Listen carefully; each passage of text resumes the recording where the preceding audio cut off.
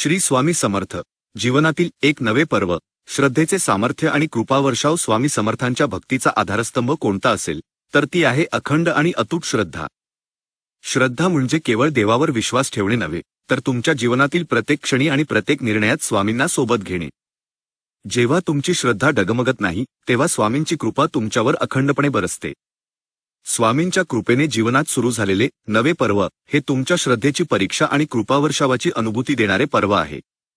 स्वामी नेहमी म्हणतात, श्रद्धा ठेव, मग मी तुझ्यासाठी अशक्यही शक्य करेन। नवे पर्व, श्रद्धेची कसोटी आणि स्वामींचे देणे या नव्या पर्वात आपल्याला आपल्या श्रद्धेची कसोटी लागणार आहे। अडचणी येतील, लोक नावे ठेवतील, पण अशा वेळी स्वामींवरील विश्वास सोडू नका। श्रद्धा म्हणजे काय? श्रद्धा म्हणजे डोळे मिटून विश्वास ठेवणे, म्हणजेच तुम्हाला दिसत नसतानाही स्वामी तुमच्या पाठीशी आहेत हे सत्य मानणे।